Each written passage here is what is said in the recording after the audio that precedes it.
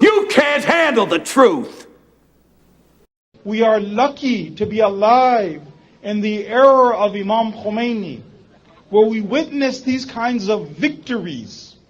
Brothers and sisters, the Operation Al-Aqsa Storm, that day that it took place was definitely what we call Ayyamullah, one of the days of God.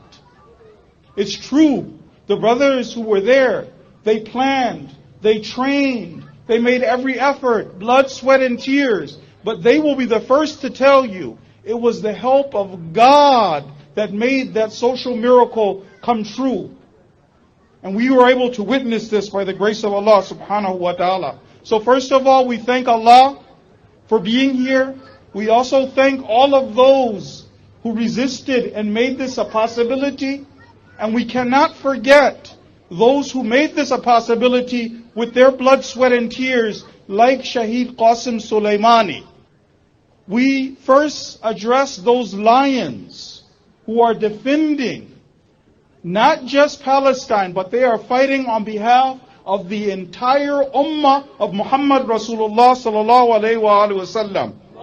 The way that your youth have chosen, the way that your honorable soldiers have chosen is the only path to victory. How dare you compare Hamas to Daesh, to ISIS?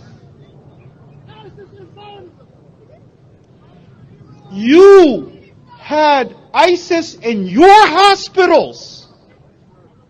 Who created ISIS? That's right, Donald Trump told us. ISIS was founded by Obama.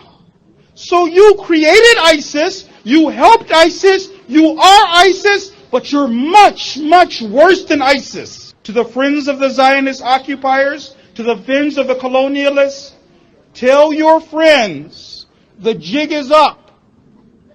Tell your friends to get out.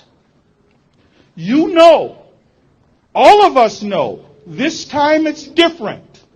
If you really care about Israel, tell them to get out. Tell them it's over. The Titanic is sinking.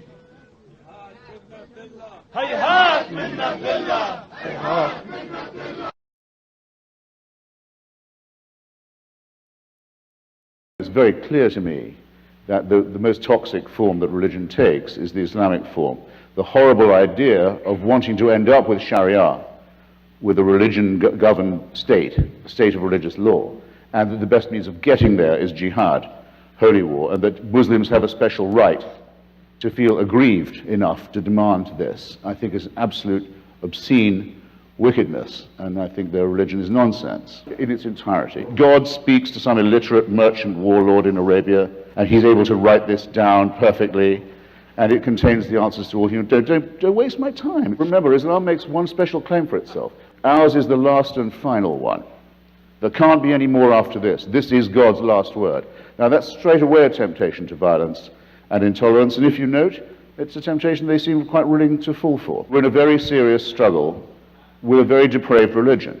لابد أن نقول إن فلسطين من بحرها إلى نهرها أرض الإسلام وإن إسبانيا الأندلس أرض إسلام وإن البقاع الإسلامية التي احتلها الأعداء يوما ستعود إسلامية. Dutch Muslims are shocked by the election win of far-right populist Geert Wilders and his Freedom Party, PVV. Wilders has previously called for banning mosques and the Quran in the Netherlands. Muslims make up around 5% of the Dutch population.